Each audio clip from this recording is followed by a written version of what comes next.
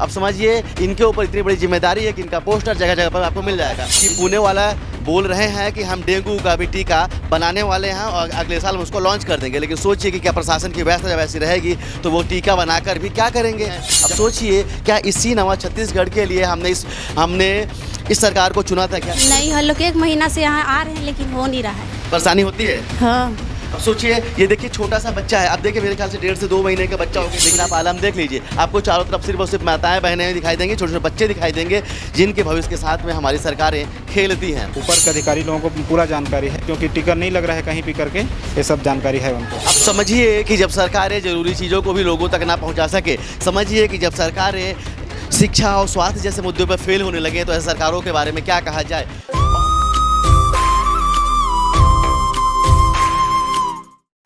छत्तीसगढ़ की जनता ये 2 फोटो बिल्कुल जानती होगी, कभी इनको कक्का बाबा बोला जाता है तो कभी जय और वीरू बोला जाता है, और कहीं ना कहीं पूरे प्रदेश की जिम्मेदारी इन दोनों के ऊपर पे है।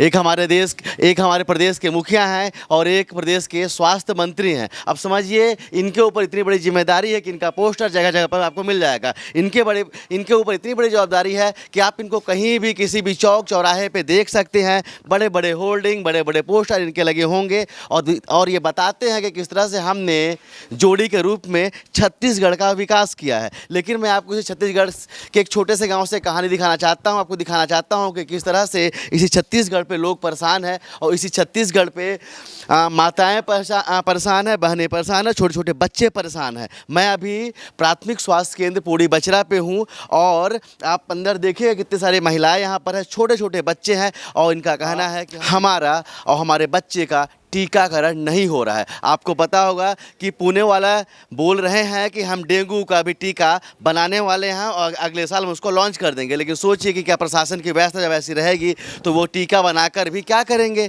जब ऐसे गरीबों का फ़ायदा नहीं होगा, जब जिनके लिए वो टीके को बनाया जाएगा अगर उनके तक वो चीज़ें नहीं पहुँच पाएंगी तो वो क्या करेंगे उस टीके को बनाकर और इस छत्तीसगढ़ में पहुँचा कर। अब समझिए इतने सारे लोग हैं, ये परेशान हैं। इन्होंने मुझे फ़ोन लगाया और बताया कि हम पिछले 1.5 महीने से यहाँ पर आते हैं। अब सोचिए ऐसे ऐसे लोग आते हैं, ये माताएं आती इलाज कराने के लिए, यहाँ पर कोई रहता नहीं है, कुछ इंजेक्शन लगाना है कुछ मिलते नहीं है। ये देखिए जितने भी गर्भवती महिलाएं हैं ये सब पहुँच जाती हैं और लगातार घूमती हैं कि हमारा टीका तो लग जाए।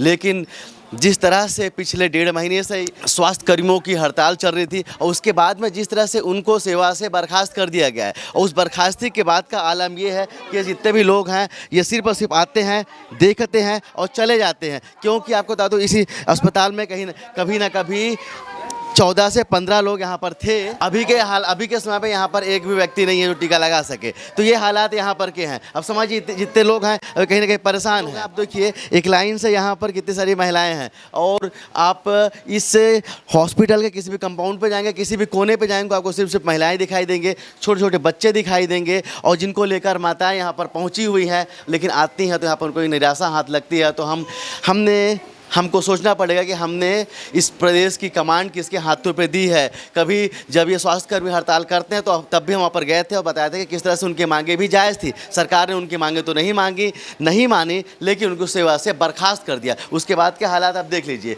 ये हालात हैं। इतने सारे सब हमारी दीदियाँ हैं, माताएँ हैं, यहाँ पर आती हैं। अब सोचिए क्या इसी नवा छत्तीसगढ़ के लिए हमने इस सरकार को चुना था क्या। चलिए कुछ महिलाएं हैं उनसे हम बात करते हैं किस तरह से परेशानी उनको हो रही है। टीकाकरण होता है यहाँ पे? नहीं, हम लोग 1 महीना से यहाँ आ रहे हैं लेकिन हो नहीं रहा है। परेशानी होती है। हाँ। अब सोचिए ये देखिए छोटा सा बच्चा है, अब देखिए मेरे ख्याल से 1.5 से 2 महीने का बच्चा होगा, इनको लेकर ये आई हुई हैं। परेशानी होती है यहाँ पे? हाँ।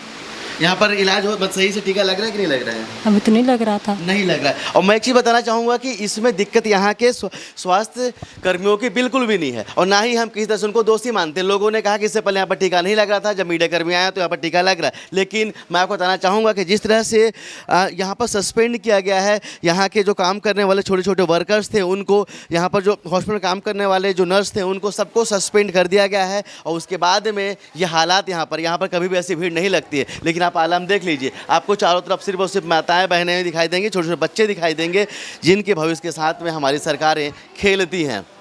साहब आपने बात तो नहीं मानी, आपने उनकी बात नहीं सुनी, आपने उनकी मांग भी नहीं मानी और आपने उनको सस्पेंड भी कर दिया। चलिए, वो आपको लगता है कि आपने एस्मा लगाया था तो आपको सस्पेंड करना चाहिए, तो उसके बदले आपको नई भर्तियां भी तो लेनी चाहिए ना। क्या इनका क्या कसूर है फिर? यहाँ पर आशा वर्कर्स भी हैं। क्या नाम है आपका? सरिता है। क्या परेशानी हो रही है यहाँ पर लोगों यहाँ को? बहुत परेशानी हो रहा है भैया। हर दिन हम लोग जाके पारा स्तर पर काम करते हैं, बताते हैं टीकाकरण के लिए। गर्भवती माता लोगों को 8 महीना हो गया, 9 महीना हो गया, टीका ही नहीं लग रहा है। उन लोग का प्रसव हो जा रहा है लेकिन टीका नहीं लग पा रहा। काहे कि हमारे कर्मचारी जो हैं 13 तारीख को स्थित किया गया है, मतलब छोड़ दिए हैं वो चीज़ हड़ताल। उसके में हमारी शासन क्या कर रही है, जो आज तक टीकाकरण के लिए नहीं देखभाल कर रही है। और छोटे छोटे बच्चे हैं, उनको बार बार जाते हैं, लेके आते हैं धूप में, कड़की धूप में, बच्चे लोग को, गर्भवती लोग को, लेकिन टीकाकरण यहाँ नहीं हो रहा है। अब समझिए कि जब सरकारें ज़रूरी चीज़ों को भी लोगों तक ना पहुंचा सके, समझिए कि जब सरकारें शिक्षा और स्वास्थ्य जैसे मुद्दों पर फेल होने लगे तो ऐसे सरकारों के बारे में क्या कहा जाए।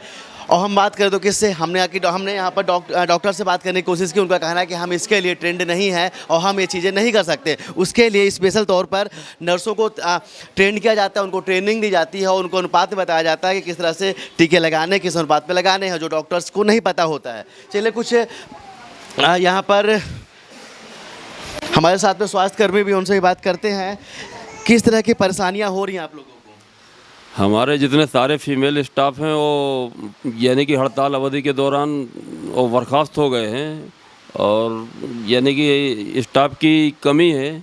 इसलिए आप देख सकते हैं स्टाफ के अभाव के कारण ये हितग्राहियों को भी परेशानियों का सामना करना पड़ रहा है। क्या आप लोगों ने इस हालात के बारे में यहाँ के सीएचओ को बताया है क्या? सीएमएचओ सर ने ही यानी कि कार्रवाई किया हुआ है, तो सीएमएचओ सर को सब मालूम है। अच्छा, उनको सब पता है जी। इसके बाद भी कोई एक्शन, मतलब इस व्यवस्था को सही करने की कोई कोशिश नहीं हो रही है? अब कोशिश तो यही है कि वो हमारे बर्खास्त स्टाफ वापस आए, तभी यानी कि हालात में सुधार आ सकता है।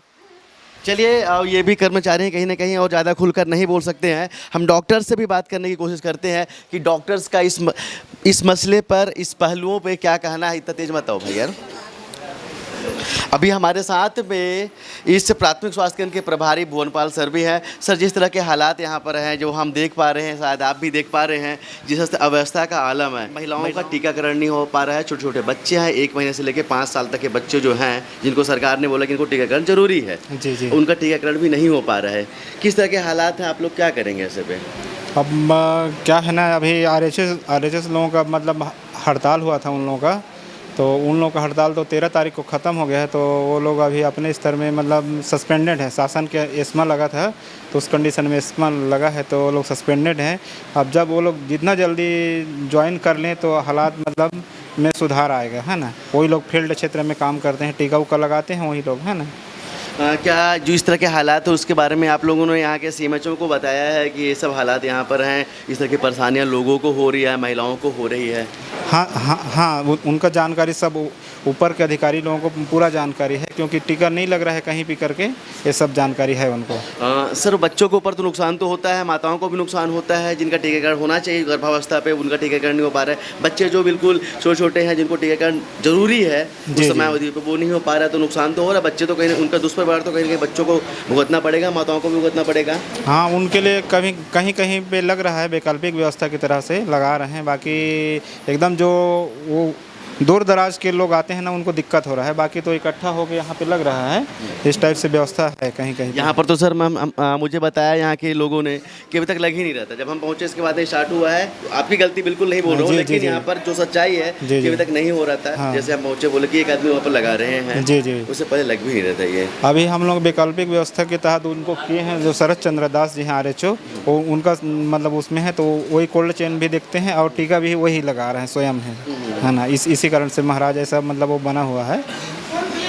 चलिए, हमारे साथ में डॉक्टर साहब हैं और व्यवस्थाएं सबको पता है, व्यवस्थाएं पूरे प्रदेशवासियों को पता है और व्यवस्थाएं ऐसे जो है ना लोग हैं, ये जो जनता है ना, इनको भी पता है और संभलना भी नहीं को है, बचाना भी नहीं को है, और बताना भी ऐसे जनता को ही है कि अगर इस तरह के हालात रहते हैं तो उसका दोषी किसे माना जाए। कैसे सरकारों को दोषी ना माना जाए जो लोगों के स्वास्थ्य के साथ में खेल रही है। कैसे सरकारों को के ऊपर पे क्या हम भरोसा कर सकते हैं, क्या कैसे सरकारों के ऊपर हम दोबारा उनको वोट के तौर पर उनको प्रोत्साहन हमको देना चाहिए या नहीं देना चाहिए, ये आप कमेंट करके ज़रूर बताइए, क्योंकि आने वाले समय चुनाव है। और आप कमेंट करके ये भी ज़रूर बताएं कि स्वास्थ्य जैसे मुद्दे पे क्या इतनी लचर व्यवस्था कहाँ तक जायज़ है। कैमरा अखिल के साथ अब तक के लिए मैं सुनील शर्मा, जय हिंद।